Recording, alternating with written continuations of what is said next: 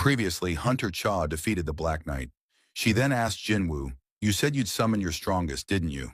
Please summon him now." Hearing that, Jinwoo replied, "You might get hurt," but she insisted. As she spoke, a dark aura emerged behind Jinwoo as he summoned Beru. He asked her, "Are you sure you'll be okay?" Jinwoo thought to himself that while shadow soldiers were generally weaker than their living counterparts, Beru was an exception. He was created solely to kill hunters. If he went all out against Hunter Cha, her chances of winning would be slim. As Beru advanced, Jinwoo instructed, "Defeat her, but make sure she doesn't get hurt." Upon hearing this, Beru unleashed a powerful mana wave, shattering all the lights and windows in the building. Sensing his power, Cha thought, did Jinwoo actually fight against this guy? Beru fully transformed, preparing to fight. But before they could begin, Jinwoo ordered, "Put those claws away. Life won't be easy if you injure her during the test." Frightened by those words, Beru quickly complied and retracted his claws. Seizing the opportunity while he was distracted, Cha launched an attack. But to her shock, Beru was already behind her. "This is the same move as last time," she thought, swinging her sword at him. "Do you think I'm going to fall for the same trick twice?" But before her sword could reach Beru, he grabbed it effortlessly. Letting go of the weapon, he said, "My liege, give me one command to defeat my foe without causing her any harm, and I'll show her the difference between our strength." As Cha continued her attacks, Beru dodged them with ease. "I'm not done yet," she thought, swinging her sword again, but Beru avoided it effortlessly. Seeing this, she realized, he's dodging all my attacks from this distance without even moving from his place. Before she could react further, Beru suddenly got in her face and let out a terrifying scream. The sheer force of it threw her back several feet. Watching this, Jinwoo thought, seems the winner of this match has been decided. He then asked her, "Are you satisfied now?" But Hunter Cha, unwilling to give up, replied, "Not yet, I can still fight." Jinwoo wondered, what's she thinking? I don't think she'd be reckless enough to keep fighting after realizing the difference in strength. Since Beru was different from other shadow soldiers, not only intelligent, but also a killing machine at heart, Jinwoo could still sense his overwhelming thirst to kill. If she's aiming for a weak spot, Jinwoo thought, I just hope she won't make a misstep. Meanwhile, Beru tells Cha, a creature can recognize whether they are the predator or the prey. He charges towards her saying, a prey standing up against their predator cannot be tolerated in attacks, but she dodges just in time. As he prepares to strike again, he notices her gathering mana for an attack. She launches it at him, landing a hit on his shoulder, but his exoskeleton is too hard, and her weapon shatters into pieces. But that was her plan all along. Now's my chance, she says, thinking, I don't have enough mana, so I can only use this once, but it should be enough. Using her skill, Sword of Light, she attacks Beru and manages to pierce through his hard exoskeleton. Jinwoo, alarmed by this, senses for a brief moment that a deeply embedded command had resurfaced in Beru's mind, a command given to him by the queen upon his birth. Annihilate all enemies. Beru mutters, this woman is my enemy, and prepares to attack with the intent to kill. Seeing this, Jinwoo orders him to stop, but Beru doesn't respond. Realizing this might be the end, Cha closes her eyes. An explosion occurs. When she opens them again, she sees that Jinwoo has saved her once again. Beru, snapping back to his senses, jumps back as Jinwoo helps Hunter Cha to her feet. Falling to his knees, Beru asks for Jinwoo's forgiveness. However, Jinwoo is more concerned about Hunter Cha and asks, why were you trying so hard? There's no need for you to go to these lengths to join our guild. This is just a test, an entrance test for a nameless guild. A hunter of your caliber shouldn't risk their life over something like this. He asks her again, why were you going to such lengths? Are you perhaps interested in me? Hearing those words, Hunter Cha is taken aback, while Jinwoo thinks, maybe that's not the reason either. I just can't tell what she's up to. As he contemplates, he hears something. It was Hunter Cha softly saying, I think that might be the case.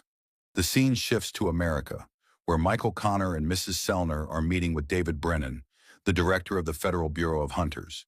He asks them about their meeting with Jinwoo and why they were unable to convince him to join the United States. Michael explains that based on Mrs. Sellner's observation, Hunter Jinwoo is one of the kings. The director is surprised by this and asks if they are saying that Hunter Jinwoo is as powerful as a national-level hunter. Mrs. Sellner begins to explain what she saw when she looked into his mind. All awakened hunters draw their power from a place called the other side, and the connection between the two parties is what I can sense, she says. Sometimes the force from the other side is so intense that some hunters appear as streaks of blinding light. I usually refer to them as kings, but in his case I saw no such connection. She pauses before continuing. The moment I looked into his eyes, the darkness inside him stared back at me. He was the darkness itself. After hearing this, the director asks, "Are you saying Jinwoo is an evil person?" Mrs. Sellner shakes her head. "Rather, I am telling you about his source of power. Hunter Jinwoo borrows his strength from somewhere else. He does not use a connection to channel his power like the other awakened. He relies on his own strength, so the limitations of the connection don't apply to him." Michael asks if she is saying that there is no limit to Jinwoo's power and that he can grow even stronger. Mrs. Sellner nods and tells him, "Yes, that is what I'm saying." After hearing all that, David Brennan gets up and starts to leave, thanking Mrs. Sellner for the information. He asks Michael to join him as he heads to the basement. Level 24. While going down in the elevator, David Brennan tells Michael, "If we can't use Mrs. Sellner's abilities to get him, then we must find another way," and asks if he remembers the first ever S-rank gate that opened. Michael replies, "Of course I do. It was the most catastrophic dungeon break to date, which destroyed the entire West Coast." David Brennan explains, "During that incident, America recruited the world's strongest hunters by offering them a huge reward, and out of those hunters, only 5 survived the raid. Each of them was given authority equal to that of a nation, which led to the title of national-level hunters." He continues, "Kamish, the dragon also known as the inextinguishable flame, was a monster that single-handedly killed hundreds of top-rank hunters, but there was a silver lining to that tragedy." Michael asks if he was referring to that as the door opens. David Brennan tells him to see for himself. Michael is surprised to see a runestone that was found in Kamish's corpse. David Brennan tells him it's been 8 years since the Kamish raid, and there has yet to be a mage-class national-level hunter. So this runestone has been waiting in this cold basement for its rightful owner to arrive. However, Kamish will once again bestow a valuable gift upon this great nation. The story scene to Jin Woo, who is standing in the shower, looking in the mirror, unable to believe that a girl told him she is interested in him. He thinks, "I can definitely tell that since my reawakening, I've grown a few inches and gotten in better shape. But am I really that attractive? Could it be because of the buffs I gained from the skill Will to Survive that any damage to my body is restored? Is that why my skin cleared up too?" He goes to Jainoa's room and asks her, "How would you rate me?" she asks. "In terms of what?" Jin Woo responds, "In terms of my attractiveness." She asks him, "Where the heck is that confidence coming from? In my eyes, you just look like a bum." Hearing that, Jin Woo gets annoyed and says, "Thanks for your biased opinion," and she starts kicking him. He tells her, "Keep that up, and you'll end up breaking your leg. Did you forget who your big brother is? How does a bird brain like you even get into school?" She tells him she is at the top of her class. After that, Jin Woo tells her he was planning on forming a new guild, and she asks if he will be the big boss now. While she tells her friend on the phone about their conversation, Jin Woo asks her what she thinks about the name Solo Play Guild, and she tells him, "Why would you name your guild that? You use your abilities to summon those shadow soldiers, so technically, you're not a solo player." Jin Woo thinks that's a good point and asks her what he should name his guild. She suggests A Jin Guild, explaining that the character A means I, and Jin means to go forward. Hearing that, Jin Woo shows some interest in the name. The scene shifts to Hunter Cha's house, where she is making a fuss in her room, remembering today's incident. She says, "I basically told him that I like him. He probably thinks I'm crazy, but he did save my life, so of course I'd be interested in him." Thinking, it's perfectly okay. Who am I kidding? Everything is totally not okay. As she lies there, she starts to think. Strictly speaking, I was able to survive because of Hunter Min's healing ability. As she continues to think, she suddenly recalls something. She remembers that when she was unconscious, she saw something in a vision.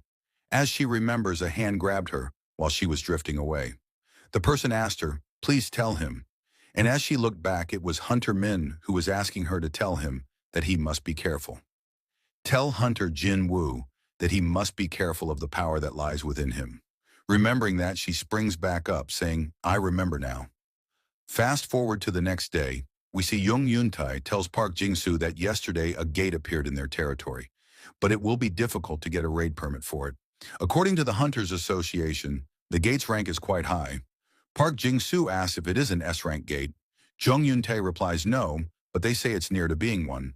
Hearing that, Park Jing-soo tells him that they all could end up dying in there if they are not careful. Jung Yun-tae explains if it was an S rank, giving up would have been the best option as they don't have the manpower for such a powerful gate. But they are one of the 5 major guilds in the country, so people might start talking if they fail to clean it. Adding, the guys over at the Fame Guild will jump at the opportunity if they pass on this gate. Hearing that, Park Jing-soo gets furious, saying, "Are you saying we should just spoon-feed a gate that spawned right in front of our yard?" Jung Yun-tae, scared, tells him, "I was just letting you know, that's all." As they are discussing what to do, a woman comes from the back and asks them, "Why don't we just form an alliance with another guild?" Then Park Jing-soo asks if there will be another guild that might agree to that, when it's obvious that they are only asking for help because they don't think they can clear the gate by themselves. He was telling her that he remembers Jinwoo. Youngie Rim tells him, "You know who I'm talking about."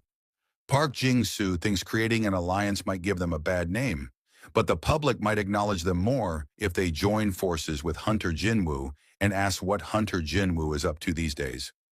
Young Yu-tai reports that he recently cleared a gate that spawned in the middle of a highway.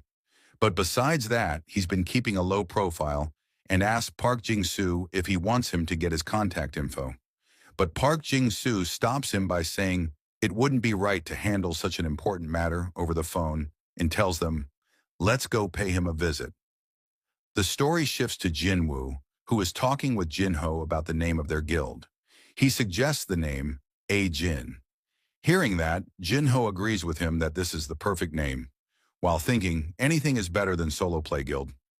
After deciding on the name, Jinwoo tells him, "Now we just need to recruit one last member, and we will officially form a guild."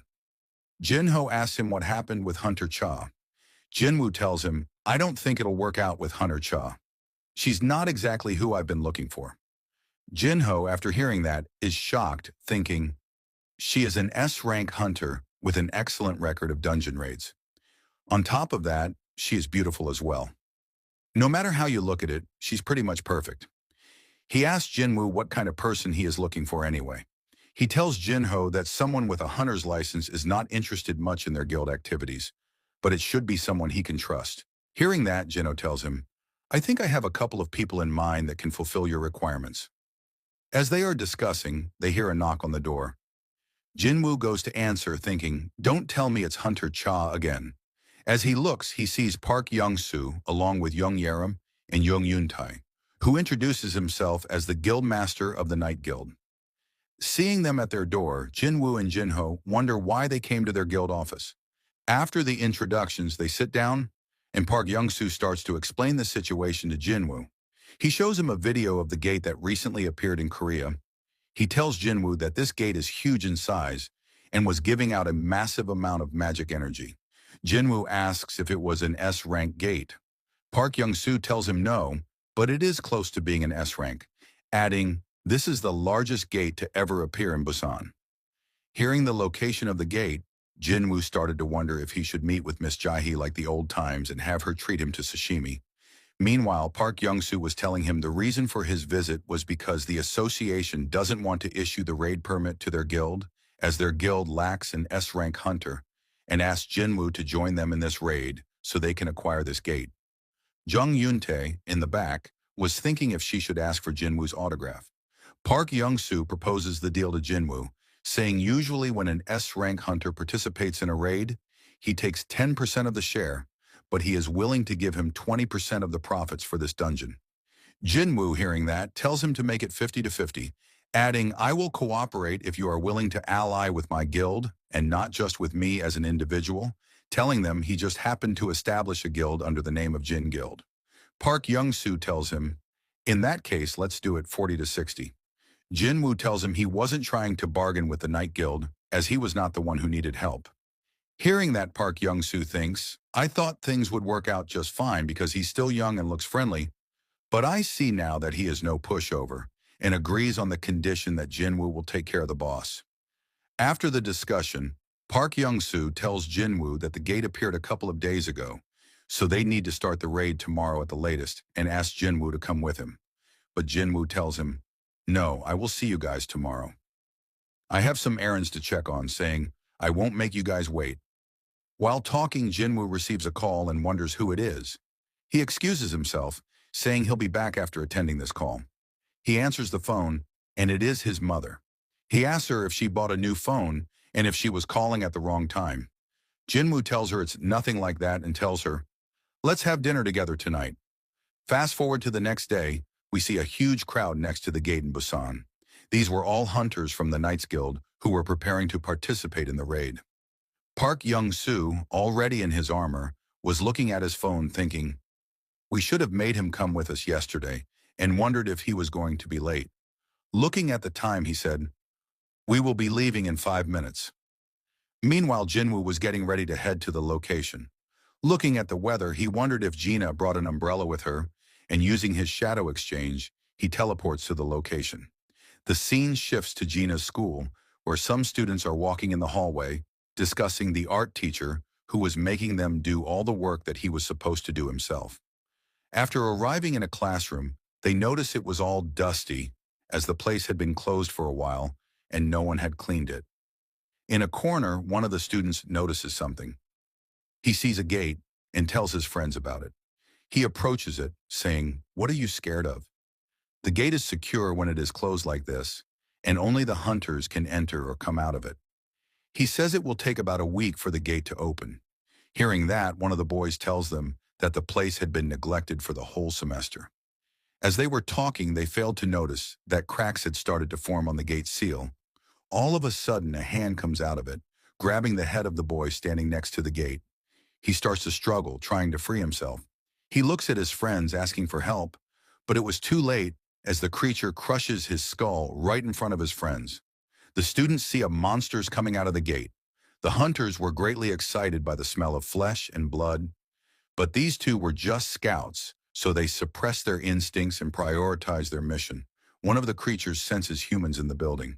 He tells the second monster, this building is as complex as a castle, and asks him to call for the brothers, as he will start the hunt first, saying, we'll massacre all the humans in this castle and fortify our position.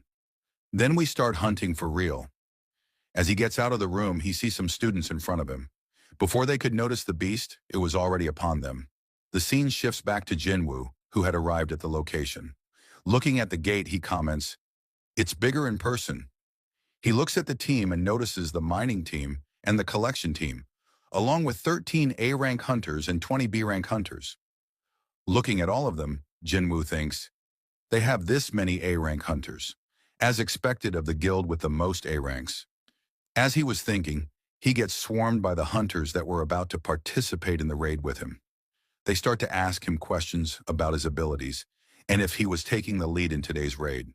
Seeing all this, Jinwoo gets confused, and Young Yerim steps in, stopping all the hunters, saying they were making Jinwoo feel awkward. She introduces herself to Jinwoo, saying she is an A-rank healer of the Night Guild's assault team. Jinwoo notices Park Young-soo behind him. Park Young-soo tells Jinwoo that he will explain everything to the team now. He tells them he will be the one to lead the raid. Hearing that, the guild members tell him, shouldn't Jinwoo lead, as he is an S-rank? Hearing that, Park Young-soo tells them, Hunter Jinwoo will be in charge of the rear and make sure that we're safe. Hearing that, they ask if he thinks that they are so weak that they need someone else's protection. Park Young-soo explains to Jinwoo that it might have been a bit rude, but they usually have this kind of atmosphere. And Jinwoo tells him that just means they are that confident. After the talk, they start to make their way into the dungeon. The scene shifts to the Hunters Association Emergency Call Center, where a phone operator receives a call from someone. The person, scared, tells the lady that there were monsters outside, saying a dungeon break occurred in their school. She asks where she was calling from. The girl tells her that she was hiding in the bathroom, scared. She explains everything to her, saying, I was with my friend, and all of a sudden, monsters appeared and started to kill everyone. Hearing that, the operator tells her that the hunters are heading there right now and asks her to calm down.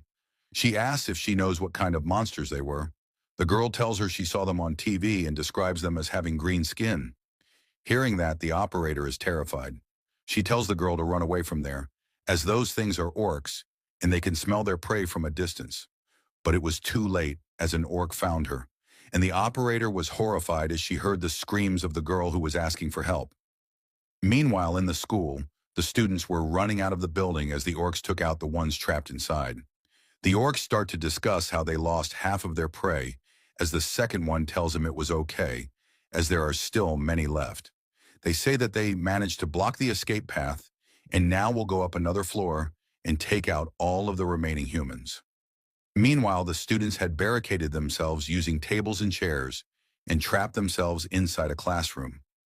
But it was no use, as one of the orcs destroyed the door. As the students looked at the scene in horror, they saw an orc covered in blood coming straight toward them. Seeing an opportunity, one of the students started to run toward the window, trying to escape while the orc was distracted by the other students. As he got close to the window, he saw two red eyes staring at him. Before he could react, he saw an axe coming straight toward his head. In the blink of an eye, it was over for him, as more orcs surrounded the classroom. One of them sensed a student with magical energy. He told the leader about that, and he told them to kill her first. We see Jaina and Han Song-yi standing at the back, scared as she calls for her brother. Han Song-yi, seeing no way out, tells Jaina, even though I'm an E rank, I am an awakened, and prepares to fight while Jaina is trying to stop her. As the orcs approach them, one of them asks if that is the human he was talking about. The second orc tells him, no, I sense something much more powerful right next to her. It swings its axe toward Jaina, saying, the smell is coming from that girl. She must die. Both girls close their eyes, but as Jaina opens her eyes, she sees a high orc standing in front of her who managed to stop the attack. Looking at it, she understands it was her brother who had placed these soldiers around her for her protection. With one swing of a punch, the high orc managed to launch the orc into the air, and it went flying through the ceiling, shocking the rest of the monsters in the room as three huge orcs surrounded Jaina.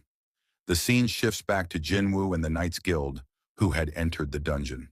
Park Young-soo shouts and tells everyone, it's an ogre, and they all see a towering giant, a two-headed ogre, standing in front of them. As the creature swings its weapon at the hunters, Park Young-soo, using his ability, creates a shield in front of him. With full force, the monster strikes at the shield, but it was no use as the barrier was strong enough to block the strike. He orders Yoon Tae, who starts to run toward the monster's face. Running on its axe, he manages to blind the beast and tells the rest of the hunters to deal as much damage as they want now. Hearing that, all of the hunters start to charge toward the beast. They begin chopping it to pieces, and using their magic, the mages burn the thing to a crisp. After they manage to take out the creature, Park Young-soo tells the team to regroup for a moment. He tells Jinwoo that things don't look good. I knew this would not be easy, but I didn't expect us to fight a twin-headed ogre from the start. He asks Jinwoo if he knows the second name for these twin-headed ogres, and Jinwoo tells him they are called gravekeepers. Park Young-soo tells him that's right, which means there would be an army of undead awaiting them. He hears Jung Yoon-tae telling him that he jinxed it and asks if they should attack them. But they notice that the undead are not approaching them. They are just standing there staring at them. The hunters start to discuss that something seems off about them as they back away. Usually they charge on sight. Hearing them talk, Jinwoo thinks, I had high expectations since this was a high-tier A-rank dungeon, and all of a sudden he senses something. He tells Park Young-soo that he is leaving as an urgent matter has come up. Hearing that, Park Young-soo tries to stop him, saying, without you, we might get ourselves into danger. Jinwoo tells him, in that case, I'll call over someone just as reliable as me. He'll take care of you and your hunters from here on out. Seeing the creature, all of the hunters are shocked as they recognize it as the ant from the Jeju Island raid. Jinwoo tells them, In that case, there is no need for introductions, saying he would take his place in this raid. He orders Beru to protect the humans and do as he pleases with the rest of the monsters. Hearing that, Beru lets out a loud noise as he prepares to fight. Meanwhile, the hunters watch as Beru massacres all the monsters present in the area. After they are done with the monsters, Jinwoo tells the hunters that these monsters here will help them. 20 are more than enough for this dungeon. He starts to leave, but they stop him, asking if he is really going to leave after setting all of the shadows loose. Jinwoo, annoyed, looks at them with anger, saying, "I'll dismiss them before I go if you'd like, but I don't think that would help you out." Seeing him like this, both of them get scared. After that, Jinwoo looks at the cooldown time on the shadow exchange. It still has 1 hour and 42 minutes left, so he starts to run toward the exit. Seeing him go, Park Young-soo is in disbelief that he left. While running, Jinwoo thinks, "I keep getting signals from the shadow soldiers I left with Jaina. I have a bad feeling about this." He sees a bunch of undead blocking the path. Seeing that, he gets furious and says, "Out of my way." Hearing that, all the undead clear a path for him while kneeling down. Seeing this, Jinwoo wonders, "What's going on? Are they kneeling before me because I'm a high-class necromancer with the ability to command the undead?" But he ignores that and jumps over them, calling Kaisel and starting to fly out of the gate. Seeing him, everyone gets excited as they recognize the wyvern as Jinwoo's summon. While Jinwoo asks Kaisel to take him to his sister as fast as he can and uses his skill to increase the stats of Kaisel by 50% so it can fly faster. The episode ends here. Thank you so much for watching. I really appreciate it. And if you're not subscribed, please subscribe and see you next time.